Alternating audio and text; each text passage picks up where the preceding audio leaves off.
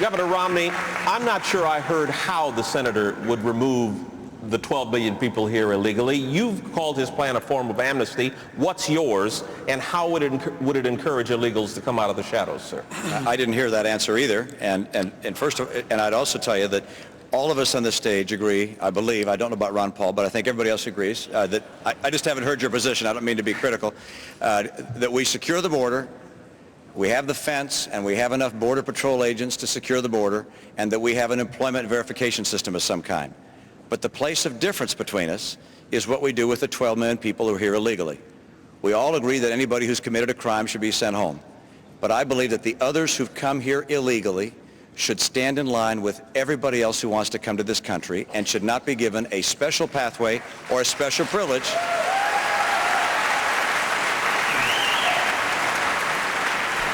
to be able to stay in this country. And that means that those that are here illegally today would be looked at person by person, given a specific time period by which they arrange their affairs. They stay here during that time period. When that time period is over, they go home and they get in line with everybody else. There are millions of people around the world who want to come here. We'll do this in a humane and generous way, but we're not going to say to people who've come here illegally, you have a special pathway, a special privilege to become a permanent resident or a citizen. Get in line with everybody else. Senator Thompson, the governor says the 12 million people would be looked at individually. How would you find them? And could you do it faster than he would, sir? Yeah, you can't look at them individually. We need to be a nation of high fences and wide gates, and we get to decide when to open the gate and when to close it. I believe with all my heart that if we enforce the border, if we crack down on employers who knowingly hired illegal immigrants and required them to use the modern technology that we have now so that they can in effect push a button on the front end and find out whether or not someone is legal. And if we put an end to sanctuary cities where local governments are in effect telling their people they can't cooperate with federal authorities with regard to illegal immigrants. And we would do that by telling the sanctuary cities, if you continue that, we cut off discretionary federal funding to those sanctuary cities.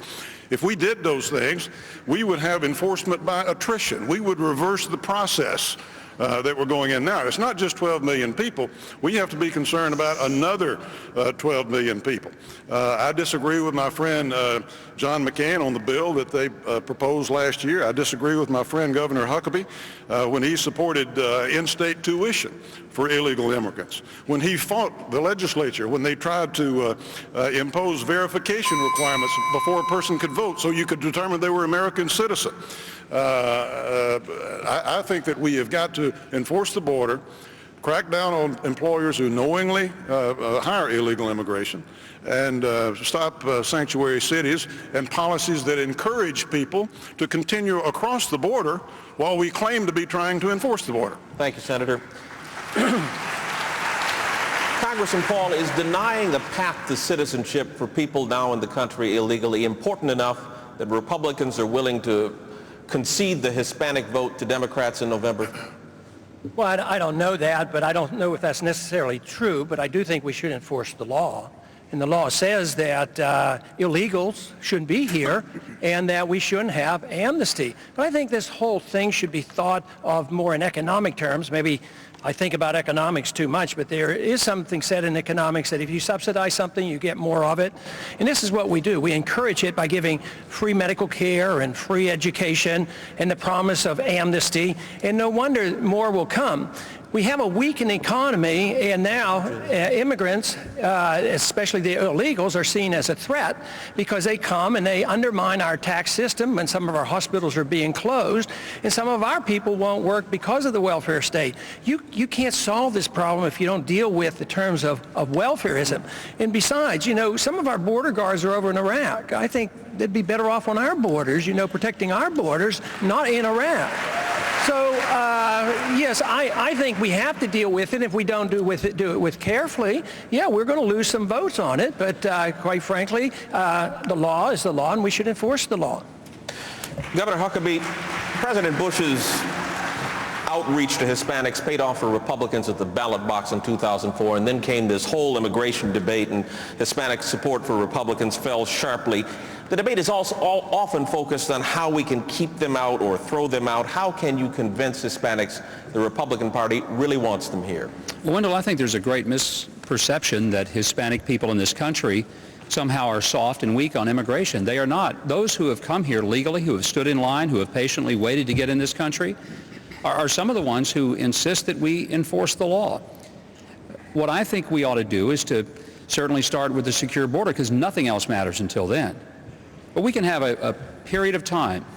I created a 9-point immigration policy that says there's a 120-day period in which people go to their home country and they start the process from the back of the line. And when people say, how will the government round them up? The government didn't round everybody up to get here. The government doesn't have to round everybody up to get back in line. That's nonsense. People got themselves here. They can get themselves to the back of the line. The point we need to make is that when people do come here, they ought to live with their heads up. They ought to live in the light, not the darkness. They ought to not be afraid of seeing a police car. It's not just in our benefit that we solve this problem. It's in the benefit of those who do come to this country, so nobody looks at a person of maybe Hispanic origin and questions whether or not they're legal. We ought to have the assumption that everybody here is legal, that nobody here is illegal.